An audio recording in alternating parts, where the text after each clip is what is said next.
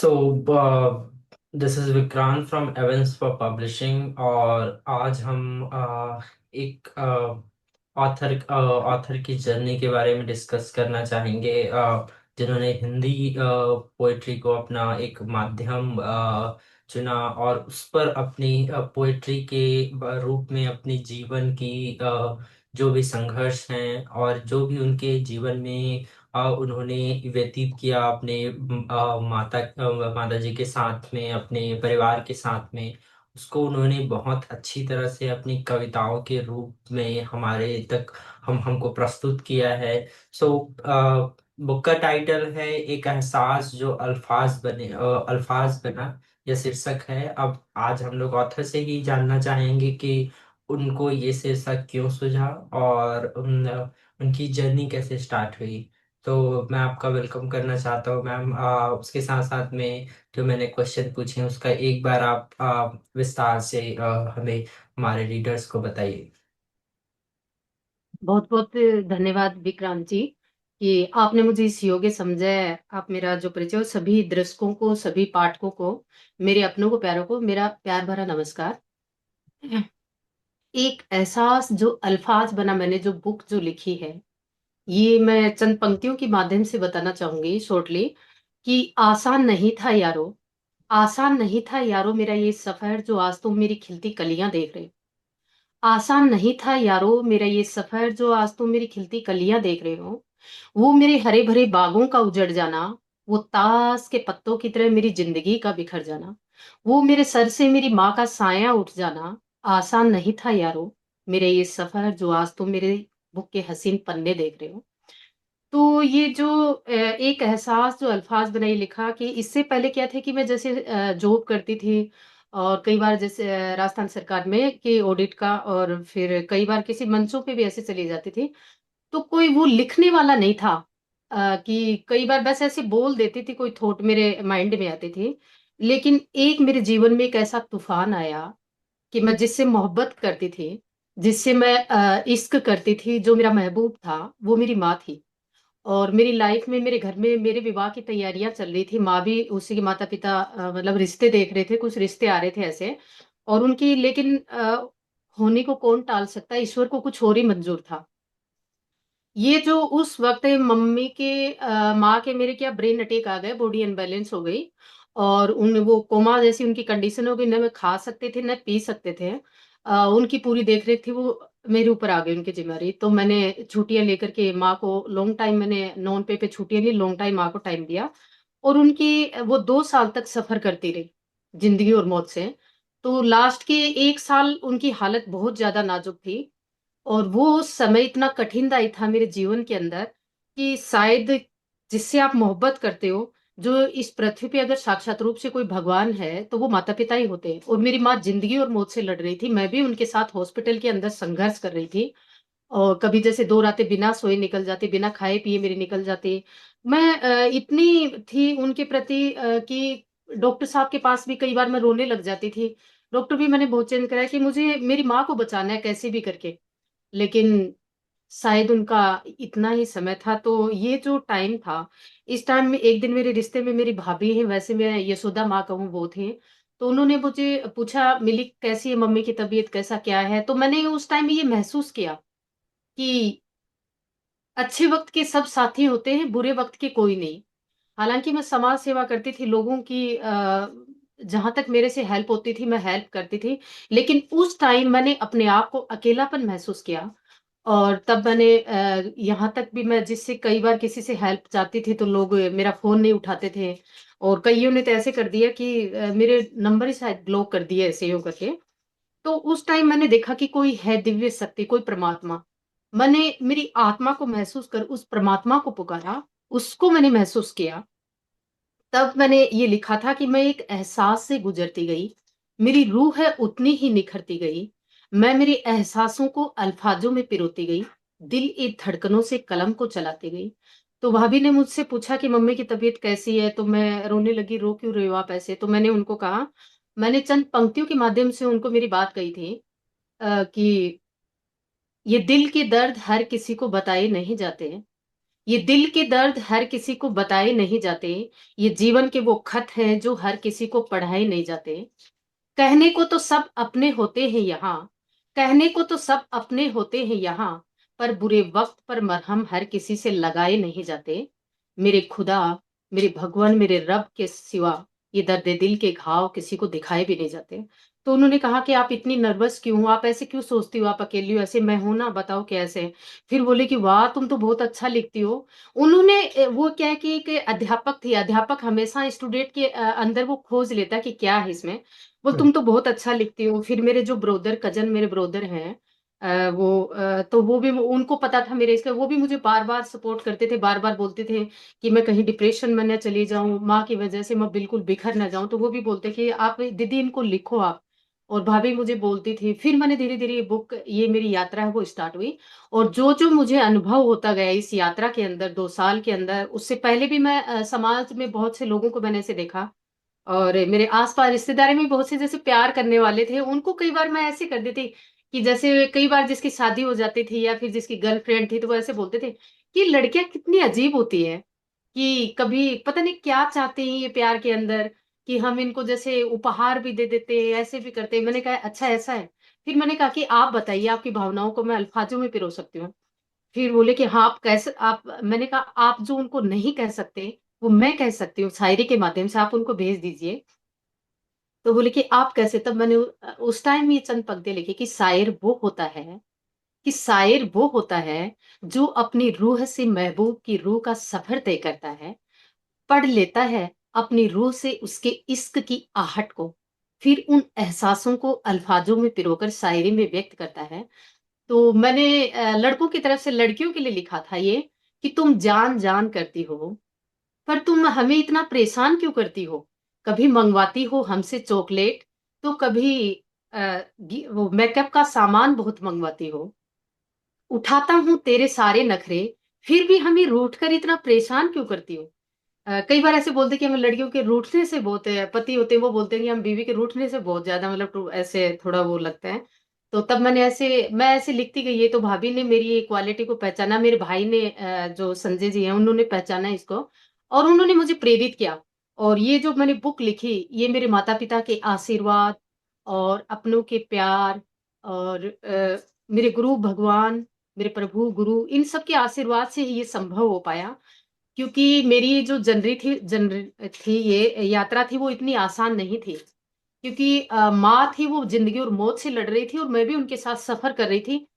अ, तो मैं इतना ही बताना चाहूंगी इसके जी, आपने सब चीज को बहुत अच्छे से एक्सप्लेन किया। अभी हमको समझ आ गया कि आपने कविता का अपने जीवन को व्यक्त करने का एक माध्यम चुना, जिसे आपने लिए। जी एक्सप्रेस सर, किया। जी सर, जी सर, जी सर, मैंने जो ये बुक लिखी है इसमें आपको सत्य घटना ही मिलेंगी। मैंने वही मेरी कलम के माध्यम से अल्फाजों में पिरोए हैं, कि इस यात्रा के अंदर, इस जीवन के अंदर जो मेरी आत्मा ने महसूस किया, उस आत्मा ने परमात्मा से को महसूस करके जो जो मेरे एहसास में आया, उन सच्ची घटनाओं को ही मैंने मेरी इस पुस्तक के अंदर लिखा है। और ये शायद मेरी ही एक कहानी नहीं होगी इस पुस्तक के अंदर।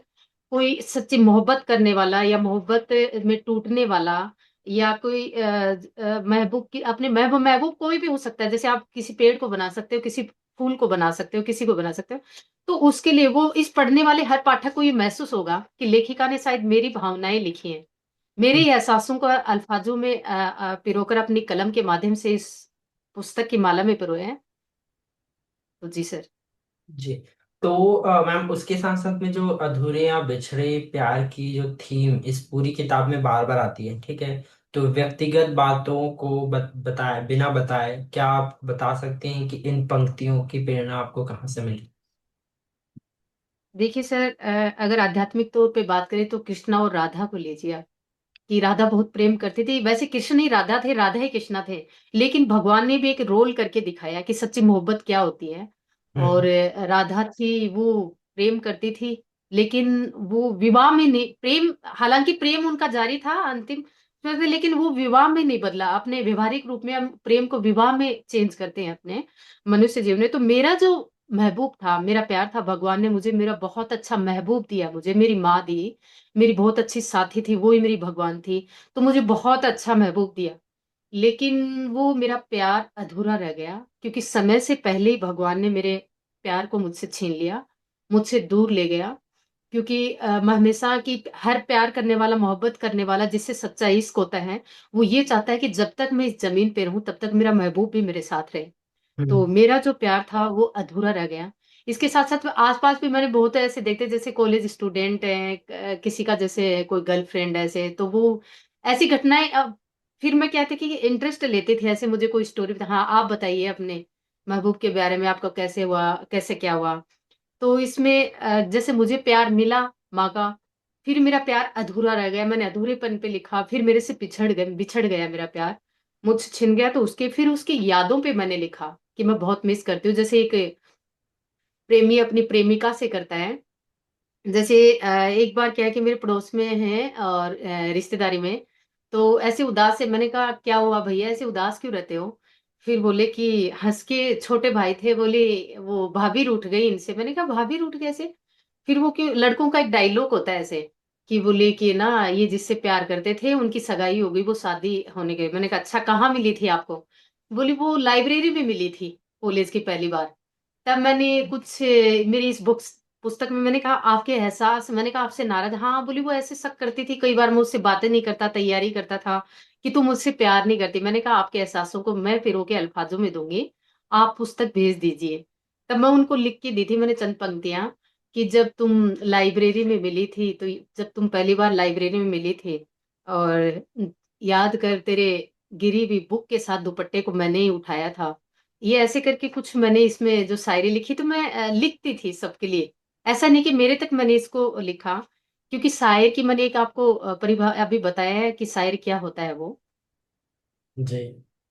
आ, उसके साथ साथ में मैम कुछ जैसे आपने लाइब्रेरी का जिक्र किया, ठीक है, तो जी उसके सर। साथ साथ में एक और क्वेश्चन जो पढ़ने पर लोगों को समझ आता है कि जो जो आपने ना आधुनिक कविताएं जो में पारंपरिक जो शायरी हो गई, ठीक है, उसके साथ साथ में जो आधुनिक भाषा का एक सुंदर आपने समावेश किया जी है, सर। ठीक है, दोनों दोनों देखने को हमको मिलती है, ठीक है। तो उसका आइडिया आपको कैसे आया कि आपने पुरानी किताबें पढ़ी है, उसका भी आपने समावेश किया कि कैसे आपने, और फिर अपने जो आपके जीवन में चला, दोनों को आपने मिला के लिखा है, ठीक है, तो उसके बारे में कुछ बनाए बताइए। जी सर, मैंने न तो किसी कवि को पढ़ा, न मैंने किसी शायर को पढ़ा।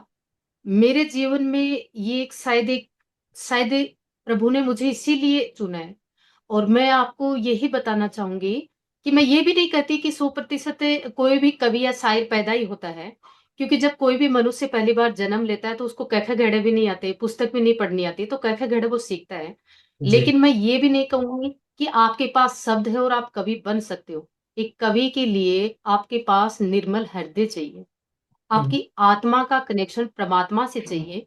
इस लौकिक जो संसार है, इस कवि हमेशा, और एक शायर इस लौकिक संसार से ऊपर उठकर किसी मोहब्बत करने वाले की रूह से अपनी रूह को जोड़ता है, फिर उनके एहसासों को अल्फाजों में पिरोता है। तो शायद ये जो घटना मेरी लाइफ में घटी, कि माँ के रूप में मेरे जीवन में एक महबूब का आना, फिर मेरे महबूब का मेरे से बिछड़ जाना बहुत कष्टदायी था। उस टाइम मैंने परमात्मा को पुकारा, और मैं जो बात लास्ट में ऐसी कंडीशन थी कि माँ बोल नहीं पाती थी, और वो कोमा जैसी कंडीशन, सुन भी नहीं पाती थी, तो उनको जो कहना होता था वो शायद मुझे नजरों से जो कहती थी, वो उनको मैं मेरी शायरी में लिख लेती थी। और मुझे जो कहना होता था, आज भी वो इस संसार में नहीं है, लेकिन आसमान को निहार कर मैं उनसे आज भी बातें करती हूँ। और मेरी शायरियों में लिख करके उनको मैं सुनाती हूँ कि शायद कोई तो दिव्य शक्ति है जो इस सृष्टि को चला रही है। तो शायद प्रभु ने इसी घटना के लिए, शायद शायद ये कविताएं लिखने के लिए मुझे इस पृथ्वीलोक पे भेजा हो। और मैं ये, मेरे विचारों के अकॉर्डिंग मैं ये कहना चाहूंगी कि कविता कभी दिमाग से नहीं लिखी जाती और पढ़कर भी नहीं लिखी जाती। मेरे विचार बता रही हूँ कि मैं, अगर मैं पढ़ लूंगी किसी शायर को, या सुन लूंगी या पढ़ूंगी, तो मैं मेरे जो थॉट है वो नहीं लिख पाऊंगी। लिख मुझे तो पाएंगे। उसके लिए मेरी मेरी रूह और परमात्मा से मैं कनेक्शन करके, और जिसके बारे में मुझे लिखना होता है उसको महसूस करके सर मैं लिखती हूँ। मैंने किसी शायर को नहीं पढ़ा। और वैसे अगर देखूं तो सबसे बड़ा कवि और रचनाकार इस पृथ्वी में भगवान है, जिसने इसने इतनी बड़ी सृष्टि को लिखा है, इतनी बड़ी सृष्टि की रचना की है, अनेक रंगों से इस सृष्टि को सजाया है। तब मैंने ये लिखा था कि जात ना पूछिए कलम की, लेखक की कोई जात नहीं होती। जात ना पूछिए कलम की, लेखक की कोई जात नहीं होती। इसकी स्याही में सृष्टि की आहट और सभी रंग भरे होते हैं। यूं ही शब्दों से, कलम और कागज की दिल ही दिल से मुलाकात नहीं होती। तो मेरे लिए सबसे बड़ा कवि है वो भगवान है। और वैसे जितने भी जो कवि हैं, जो भी पहले भी जो है, अभी जो वर्तमान में हैं, वो सब भगवान की विभूतियां हैं। और भगवान ने शायद उनको इसीलिए इस पृथ्वी पे भेजा है कि मैं जब जब मेरा जो संसार है, मेरा जगत है, जिसमें संवेदनशीलता मैंने महसूस किया कि लोगों के अंदर शायद संवेदनशीलता खत्म हो गई। वो मेरे दर्द को नहीं महसूस कर पा रहे। मैं किसी फोन करके भी रोती थी अपनों के पास, मुझे एक बार सुनते फिर अपना फोन बंद कर लेते ऐसे। तो शायद कवि को भगवान इसीलिए पृथ्वी पे भेजता है कि आप मेरे जन को आप जगाते रहिए कि मैं हूं।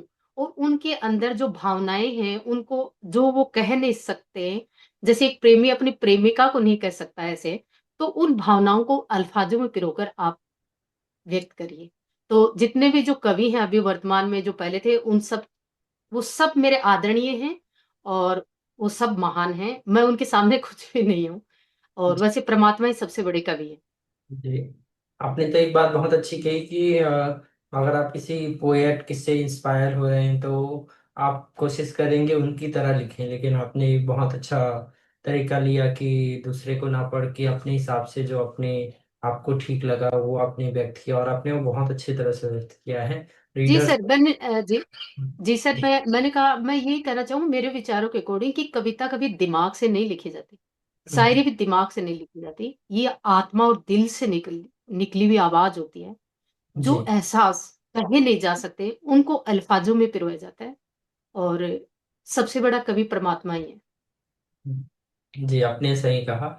उसके साथ साथ मेरा जैसे पढ़ते टाइम ये समझ आता है कि आपने भावनाओं को प्रकृति के रूप बहुत सारे रूपों में प्रस्तुत किया, जैसे बारिश हो गई, ठीक है, उसके बाद फूल हो गए, ठीक है, और भी बहुत सारे आपने प्रकृति के रचनाओं का यूज किया है अपनी भावनाओं को व्यक्त करने के लिए, ठीक है। तो उसका इंस्पिरेशन आपको कहाँ से मिला? शायद मैं जब भी उदास होती थी, जैसे माँ थी तब भी, तो मैं अपने आप को जब भी डिप्रेशन में महसूस करती, तो मैं प्रकृति की गोद में ही बैठती थी। जी। और उसी को महसूस करती थी कि कोई तो रचनाकार है, कोई तो दिव्य शक्ति है जो इस सृष्टि की इतनी बड़ी रचना की है। मनुष्य, पेड़ पौधे, जीव जंतु जो इतने बनाए हैं, अपने रंगों से इस प्रकृति को सजाया है। तो मैं प्रकृति से ही बातें करती थी, उससे सीखती थी। कि जैसे मैं महसूस करती थी जैसे पृथ्वी है। मैं मेरे राजस्थान से बिलोंग करती हूँ, यहाँ की बात करती हूँ। तो पाकिस्तान से लगता एरिया जैसलमेर बाड़मेर, बहुत डेजर्ट है वहां पे, पेड़ पौधे नहीं है, बारिश बहुत कम होती है, तो गर्मी के टाइम में टेम्परेचर वहां पे 50 तक चला जाता है। वो भूमि बहुत तेज तपती है, तपती तो वो तड़फती है गर्मी के अंदर, तड़पती है। तो उससे हमारे पास लगता है गुजरात राज्य, वहां पे सागर है, तो वहां की भूमि पे पानी है। तो मैं ये महसूस करती थी कई बार बैठ करके कि भगवान हमें सिखाता है संवेदनशीलता क्या है, प्रकृति हमें सिखाती है कि जब वो भूमि जैसलमेर बाड़मेर की तड़पती है, जब वो जलती है, प्यास के लिए दर्द में तड़पती है, तो वहां की हवा गर्म होकर के गुजरात की तरफ जाती है, सागर के पास जाती है। वहां की जो उसकी बहन है गुजरात की भूमि, उसको महसूस कराती है। सागर है, अपने महासागर हैं जितने, हिंद महासागर, वहां उस गर्म भूमि की जो हवा वहां पर संदेश लेके जाती है। और फिर वो तेज सूर्य तक भी उसका वो गर्म हवा, तब सूर्य भी जो उसका भाई मानती हूँ मैं पृथ्वी का, कि वो भी तेज प्रकाश से वाष्पीकरण करा के जल को, और जल है वो उस तड़पती भूमि की आहट को समझता है, और फिर बादल के रूप में आता है और बारिश कर अपने महबूब को अपने इश्क से भिगो कर के उसको शीतल करता है। ऐसे जैसे कई बार मैं किसी बाग में किसी फूल को देखती हूँ कि जिस खिली हुई कली नहीं होती, तो भौरा आता है उसके मोहब्बत करने के लिए, गुनगुनाता है, उसके आसपास करता है। तो कली इतनी मदहोश हो जाती है भंवरे का संगीत सुन के, वो फूल अपनी सारी पखुड़ियां खोल देता है उसके लिए। उसके प्यार में, वो भंवरे के प्यार में वो भी डूब जाता है। वो जब भंवरा अपने एहसासों को अपने संगीत के माध्यम से जब उस फूल को सुनाता है, तो वो दोनों, और वो जब अपना उसका फूल का रस पीने लग जाता है, तो भंवरा भी उसके प्यार में पागल हो जाता है। कई बार उसी में उसका अंत हो जाता है। तो ये मैं प्रकृति से महसूस करती हूँ। जैसे कई बार माँ के जाने के बाद मैं रात के टाइम में ऐसे बाहर बैठती थी, तारों को देखती। जैसे मैंने एक बार लिखा था कि टूटे हुए तारे ने जब जमीन से आसमान को निहारा, एक टूटे हुए तारे ने जब जमीन से इस आसमान को निहारा, जब धरती से माँ को पुकारा, तब चंदा से एक आवाज आई, तू क्यों इतना रोया? देख, मैं हूं तेरी परछाई, तेरे दिल ए धड़कनों में मैं ही तो हूं समाई। तो मैं देखती थी कि एक तारा जब टूटता है, बिखरता, तो मैं भी एक तारे की तरह टूट गई थी। बिल्कुल बहुत अकेलापन महसूस करना, ऐसे माँ के बिना मुझे ऐसे लगता था वो दौर कि मेरे लिए सब कुछ खत्म हो गया, मुझे माँ के साथ जाना है। लेकिन मेरे अपने थे, वो मुझे बार-बार प्रेरित करते थे। मेरे सर भी थे ऑफ़िस में, जब ये मैंने बुक जो ये करवाई है, उन्होंने भी मुझे प्रेरित किया था और उन्होंने मुझे इस पब्लिशर के बारे में बताया था। तो उन सब का सहयोग बना। तो मैं ये बताना चाहूँगी कि प्रकृति हमें रिश्तों के बारे में बताती है, कि हमें रिश्ते कैसे निभाए जाते हैं, कैसे क्या किया जाता है। जी। तो वैसे मैं तो प्रकृति से बहुत प्रेम करती हूँ। जी, जी, सर। तो आप अपने बुक के बारे में और अपने बारे में सब चीज़ तो बहुत अच्छी तरह से बता दिया। कुछ नॉर्मल क्वेश्चंस रहेंगे जिसका आंसर आपको थोड़ा जल्दी जल्दी देना है, ठीक है? कि जैसे एज अ पब्लिशिंग के बाद ये सबको दिक्कत जाता है कि वो पब्लिश कैसे करें करके, ठीक है? तो आपकी जर्नी एज अ पब्लिशर हमारे साथ कैसे रही, और आपको डिजाइनिंग, फ्रंट कवर डिजाइनिंग, जो हमने बुक का मैन्युस्क्रिप्ट डिजाइनिंग किया, उसके उसका आपका कैसा कैसे लगा आपको हमारे साथ वर्क करके? सर बहुत अच्छी रही। मेरे मेरे को सबसे पहले जो ये पब्लिशर के बारे में बताया, मेरे ऑफिस में मेरे सर हैं, हमारे सीनियर हैं। उनकी हम्म। राजस्थान में पोस्टिंग थी, वो पंजाब से बिलोंग करते थे। तो उन्होंने मुझे आपके बारे में बताया था। और जब मैं पहले क्या है कि एक दायरा रहता है कि हम नीचे थे, हमारा ऑडिट का काम था, वो हमारे सीनियर बॉस थे। हम इतनी बात नहीं करते। लेकिन जब मैं उस टाइम में मैं बिल्कुल टूट गई थी, मैं भूल गई थी क्या बॉस होता है क्या नहीं होता है। मैं सबके पास कॉल करती रोती थी ऐसे। फिर मैंने उनको एक दिन बताया कि मैंने, तो वो मुझे बहुत प्रेरित करते थे कि आप इतनी कमजोर लड़की कैसे हो सकती हो, आप तो इतनी बोल्ड हो, इतनी अच्छी हो कि फील्ड में जाकर के ऑडिट करके लाती हो। हमारा ऑडिट का जो काम है वो प्रशासन और राजनीति दोनों से कनेक्ट रहता है। हम्म। तो वो जब उन्होंने मुझे बहुत प्रोत्साहित किया और इस पब्लिशर के बारे में मुझे बताया, और पब्लिशर मुझे ऐसे लगा कि मैं, ये भी मेरे महबूब है, मैंने इनमें प्यार ढूंढा, ये भगवान है। बहुत अच्छा लगा। और बहुत अच्छी मेरी जो ये पुस्तक है, ये जो मेरे एक एहसास जो अल्फाज बना, ये जो मैंने अल्फाज जो लिखे, इनके जो पंख लगाए हैं, जो मेरे सपनों को जो पंख लगाया, ये पुस्तक को जो रंग दिया, जो इनके पंखों में जो रंग भरा, वो पब्लिशर ने भरा है। तो मैं बहुत अच्छा रहा। यहाँ से जैसे शिवानी मैम थी, गौरी मैम थी, बहुत अच्छा बिहेवियर दोनों का। मैं शिवानी मैम से तो बहुत ज्यादा ऐसे प्रभावित हूँ, मुझे ऐसे लगा कि शायद कोई भगवान है। वो क्या कि उनका सेंस इतना अच्छा है कि मैं जब कोई बात मतलब बोलना चाहती हूँ ऐसे, जैसे शायर पकड़ जाता है ना, वो भी बहुत जल्दी मेरी बात को कैच करती थी। बहुत जल्दी समझती कि मैं शायद ये चाहती हूँ। मैंने उनपे भी कुछ चंद पंक्तियां लिखी थी कि शिवानी मैम, ये आप पे लिखूं या आपके अंदर बैठे उस रब पे लिखूं, कि मैम आप पे लिखूं या आपके अंदर बैठे उस रब पे लिखूं, आप भी वही हो, वह भी आप ही हो। आप भी वही हो, वह भी आप ही हो। मैं, कि आप भी वही हो, वह भी आप ही हो। मैं आपके बोलने के अंदाज पे लिखूं या आपकी भोली सूरत या आपके किरदार पे लिखूं। मैं उनसे बहुत ज्यादा प्रभावित हुई और बहुत अच्छी हैं, मुझे उनमें भी भगवान दिखा। और मेरा बहुत अच्छा सफर रहा। और मैं पब्लिशर का बहुत बहुत धन्यवाद देना चाहती हूँ कि ओ। एक पब्लिशर के तौर पे नहीं, एक एज ए घर के कैंडिडेट की तरह, एक भगवान की तरह उन्होंने मेरे साथ बिहेव रखा। जी। वो बहुत अच्छी देखिए। लड़की है। मैं इनके आगे के लिए इनको बहुत ढेर सारी शुभकामनाएं देती हूँ। जी, वो देखेंगे पॉडकास्ट तो खुश हो जाएंगे देखकर। जी। जिसे अब नहीं से उनका, मैंने उनके अंदर ये भी देखा है, जैसे शिवानी मैम का तो नेचर ऐसा है कि वो ऐसा नहीं है कि कहीं ऑफिस टाइम वर्क को ही समझती है।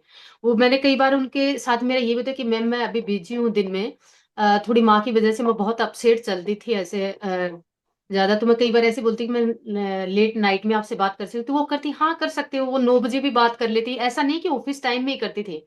वो विदाउट ऑफिस टाइम भी मुझसे बात करती थी, हर बात मेरी समझते थे। तभी मैंने उनपे शायरी लिखी थी। That's great ma'am. उसके साथ साथ में वैसे शिवानी शिवांगी ये देखेंगी तो खुश होंगी, उनका वो पूरा नाम है शिवांगी मिश्रा है। ठीक है जी। जी सर। तो उसके साथ साथ में मैम बुक बुक अगर कोई रीडर्स आपके बुक को बाय करना चाहता है, ठीक, क्योंकि पॉडकास्ट देखेंगे आपकी जर्नी, आपकी जो आपकी माँ के साथ जो आपका अटैचमेंट था, ठीक है, फिर आपको जितने लोगों ने आपकी मदद की, ठीक है, उस समय में, ठीक है, वो सब जर्नी एक तरह से बहुत इंस्पायरिंग जर्नी है, ठीक है। तो अगर कोई इसको पढ़ना चाहेगा तो बुक को कैसे बाई कर सकता है, कहाँ उसको अवेलेबल मिलेगी बुक? सर ये जैसे अमेजोन पे, फ्लिपकार्ट पे, इन पे फिलहाल ये मेरी बुक मिलेगी। वो ठीक वहां है से इसको खरीद कर पढ़ सकते हैं। जी। और जैसे और मैं यही कहूंगी कि जब भी कोई इस लेखक इस पुस्तक को अवश्य पढ़े, मैं सबसे ये करती हूँ, क्योंकि आप जब भी इसको पढ़ोगे, मेरी जर्नी को देखोगे कि मैं ही नहीं, अपने देश के अंदर या विदेश में बहुत सी लड़कियों ने सफर किया होगा, बहुत सा ऐसा महसूस किया होगा, क्योंकि आज भी मैंने ये महसूस किया। अभी एक मैं पुस्तक लिख रही हूँ अपने समाज के ऊपर, तो ये मैंने देखा है कि मेरा ये सफर आसान नहीं था। मुझे इजीली इतनी जल्दी वो माँ की सेवा भी नहीं करने दे रहे थे लोग। कि मैंने ये महसूस किया कि बेटियों को ऐसा क्यों समझा जाता है। मुझे बोलते थे कि तुम शादी करके चली जाओ, तुम अपना जीवन को क्यों बर्बाद करी हो। मैंने कहा जो मुझे इस संसार में लाया, जो मेरा महबूब है, क्या कोई मोहब्बत करने वाले अपने महबूब को छोड़ सकता है? क्या मैं शादी करके खुश रह सकती थी? अरे मैं जिससे मोहब्बत करती हूँ उसको मैं कैसे तड़पता छोड़ दूं? जी मेरा तो वही महबूब था। मैं माँ से भी कई बार ऐसे बोलती थी, मुझे जीवन भर आपके साथ रहना है। जी। हाँ, यानी अब बचपन से उन्होंने ही हमारा साथ दिया है, ठीक है। तो जी एक तरह से जब उनको साथ देने का वक्त आया तो हम उनको कभी नहीं छोड़ सकते। जी। तो मैम उसके साथ साथ में जैसे आपने ना कोई रीडर, जैसे रीडर्स आपके बुक को पढ़ रहे हो, उसके बाद सभी के मन में क्वेश्चंस रहते हैं कि अगर उनको ऑथर से डिस्कस करना है, ठीक है, क्योंकि बुक पढ़ने के बाद कुछ रहते हैं क्वेश्चंस जो रीडर्स भी डायरेक्टली ऑथर से पूछना चाहते हैं, ठीक है। तो अगर वो जी कनेक्ट होना सर। चाहते हैं आपसे तो कोई ऐसा माध्यम, एक जीमेल आईडी, इंस्टाग्राम, जिसके थ्रू आपसे कनेक्ट हो सके, आपसे बात कर सके? सर मेरे व्हाट्सएप नंबर है, कर सकते हैं। और मेरी मेल आईडी है कुमारी मिल्ली के नाम से। अपने पब्लिशर के पास में है। मेरी पुस्तक के ऊपर भी पीछे के पेज के ऊपर लिख रखी है ये। मेरी जो मेल आईडी है ये, उस पे मुझसे कांटेक्ट कर सकते हैं। और मैं तो यही कहना चाहूंगी, अगर कोई शायर या कवि बनना चाहता तो बना नहीं जाता। कविता हमेशा दिल से निकलती है। आप अपने आप को पहचानिए। प्रकृति हमेशा एक घटना घटित करती है। जैसे मीरा है, मीरा कृष्ण से प्रेम करने के लिए ही आई थी वो इस समय पे। जी जब वो छोटी सी थी तब उसके अपने कोई पड़ोस में बारात आई थी, तो बोली नाना मेरा दूल्हा कब आएगा? तो नाना ने उसको हंस के कह दिया तेरा दूल्हा ये है ना, घनश्याम कन्हैया। तभी से मीरा ने मान लिया था कि यही मेरा महबूब है और ये मेरी कन्हैया है। तो उसने अपना उससे मोहब्बत की और वो की। तो आप आगे आइए, अपने आप को पहचानिए कि प्रकृति ने आपको किस लिए इस जमीन पे भेजा है, किस कर्म के लिए भेजा है। अपनी आत्मा से, अपनी रूह से बात करिए और अपने आप को पहचानिए और आप आगे आइए और ये काम करिए। जी, दैट्स ग्रेट। सो आपके जीमेल आईडी एंड व्हाट्सएप के थ्रू कोई भी रीडर्स अगर फीडबैक चाहता है तो आपसे कनेक्ट हो सकता है, ठीक है। अब हमारे पास जस्ट सिर्फ 5 मिनट्स ही हैं डिस्कस करने के लिए, तो कुछ फ्रिक्वेंट क्वेश्चंस रहेंगे। जैसे बुक के पेजेस कितने हैं मैम, और ऑलमोस्ट कितने पेजेस की बुक है, अगर रीडर्स जानना चाहेंगे तो? जी सर, मेरी जो टोटल जो बुक है, इसमें हैं 274 पेज है। जी। दो और सौ उसके चौहत्तर साथ पेज साथ की है। में, हाँ, इस बुक के बाद आपके कोई इसी बुक का कोई न्यू एडिशन आप लॉन्च करने का प्लान कर रहे हैं कि जी सर। आप? जी सर। जी सर, अभी मेरी इसी पब्लिशर के पास मेरी गजल, कविता, महबूब के पिछड़े प्यार पे, इस पे, इन पे मैंने कुछ सॉन्ग, कविताएं, कुछ गजल जो लिखी हैं हम्म, और कुछ और एहसास जो लिखे हैं, वो अभी जल्दी पब्लिश होने वाली है। आप सबके बीच में आएगी। उसके साथ साथ मैं एक उपन्यास भी लिख रही हूँ अच्छा। और एक समाज के ऊपर भी मैं कुछ लिख रही हूँ, जो मैंने महसूस किया समाज के अंदर कि हम्म, आज हमारे समाज ने डिग्रियों में तो प्रोग्रेस कर ली, लेकिन मानसिक रूप से अभी प्रोग्रेस नहीं कर पाया है। तो वो क्या क्या क्या है, उन चीजों को भी मैं, मेरी अल्फाजों के माध्यम से जी। पुस्तक में पिरोई, तो वो भी आने वाले टाइम में मेरे पाठकों तक ज़रूर पहुँचेगी। तो आप भी उसको अवश्य रीड करें। हाँ, मैंने जरूर। मैंने इसके अंदर जो इस बुक के अंदर भी सर मैंने जैसे सैनिक बेटियों पे भी लिखी है, प्रकृति पे भी मैंने लिखी है। बेटियों पे मैं गई थी, मेरी एक सिस्टर फोर्स में है, तब मैंने वहां लड़कियों का जुनून देखा, क्या काम करती हैं, साथ में फैमिली को भी 18-18 घंटे नाइस। ड्यूटी करती है वो। हम्म। जी। सर मेरी बोली मेरे पास है। तो वो हम्म। आप सर वो जो 18 घंटे ड्यूटी करती है। हम्म। तो मैंने वहां पे भी उनको सैनिक बेटियों को देख के मैंने लिखा कि खुदा ने क्या खूबसूरत हीरा बनाया है, रब ने क्या खूबसूरत हीरा बनाया है। तन पे वर्दी, दिल में ममता, चेहरे पे क्या खूबसूरत नूर छाया है। बार बार बलिहारी जाऊं उस जन्म जननी की, जो तुम जैसी सैनिक बेटियों को जन्म देकर देश हित की रक्षा में अपना फर्ज निभाया है। तो मैंने इसमें एक बहन भाई का प्यार, और एक महबूब जो आशिक गर्लफ्रेंड गर्लफ्रेंड जो भी है, पति पत्नी का प्यार, एक किसान का प्यार, और एक आध्यात्मिक जैसे एक संत होता है, एक जोगी होता है, अपने भगवान से जो मोहब्बत करता है उसका प्यार, सभी को मैंने एहसासों को इस अपनी कलम के माध्यम से अल्फाजों में पिरोकर इस पुस्तक में लिखा है। तो आप इसको अवश्य पढ़ें। जो भी इसको पढ़ेगा उसको ये महसूस होगा कि शायद मेरी भावनाएं लिखी हैं। एक बहन भाई का रिश्ता है, और सबको माता पिता का रिश्ता है, सबको मैंने इसमें लिखा जी। तो अभी तो हमें अब हम रीडर्स को बोलना चाहेंगे कि अगर आपको बुक बाय करनी है अमेजन फ्लिपकार्ट पर और पब्लिशर के स्टोर पर बुक अवेलेबल है पेपरबैक वर्जन में। और ऑथर आपका वेट करेंगे कि अगर आप बुक बाय कर रहे हैं तो उनको एक फीडबैक अमेजन में फीडबैक दें या फिर इंस्टाग्राम पर उनको फीडबैक जरूर शेयर करें। या व्हाट्सएप के थ्रू आप फीडबैक शेयर कर सकते हैं अपने।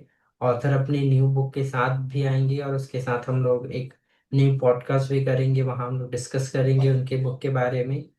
आज के लिए हम लोगों का पॉडकास्ट को यहीं एंड करते हैं और आशा करेंगे कि आपका फीडबैक ऑथर को मिले और साथ साथ में एज अ पब्लिशर हमें भी मिले। जी। जी। धन्यवाद। बहुत बहुत धन्यवाद सर। जी। ये पुस्तक मैंने मेरी माँ पे लिखी, तो मैं लास्ट में, क्योंकि मैं ये कहना चाहूंगी कि मुझे जाना जाए इस प्रकृति के अंदर, जब मैं ये जमीन छोड़ के जाऊं तो मुझे मोहब्बत के रूप में ही जाना जाए। और उसके लिए मैंने एक शायरी भी लिखी है कि अ, मुझसे मेरा नफरत से कत्ल करने वालों, मेरा नफरत से कत्ल करने वालों, मुझे छलो नफरत से मत पाना।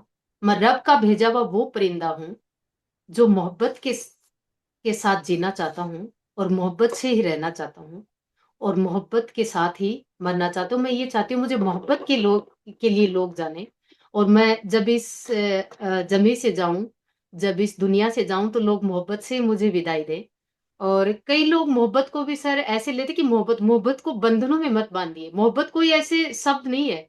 मैंने मोहब्बत पे भी एक वो शायरी लिखी है कि मोहब्बत कोई अयासी नहीं, कि मोहब्बत कोई अयासी नहीं, कि जब चाहो जहां चाहो इसका मोल लगा लो। ये तो रब की इनायत का वो अनमोल रत्न है, जो रूह के अलावा और कहीं ठहरता नहीं। तो मुझे मोहब्बत के रूप में जाने। मैं प्यार करने के लिए खुदा ने मुझे इस जमीन पे, रब ने, भगवान ने मुझे इस जमीन पे भेजा है, और लोग मुझे प्यार के लिए ही जाने। जी। अभी तो वैसे आप बहुत सारी कविताएं लिखेंगे बहुत सारी आपकी रचनाएं होंगी। तो फ्यूचर जी में सर। बहुत सारे लोग इसको पढ़ेंगे तो हम लोग यही आशा करते हैं। जी। इसके साथ साथ जी में जी। इन करते हैं पॉडकास्ट का हम लोग फ्यूचर में फर्दर पॉडकास्ट और जरूर करेंगे।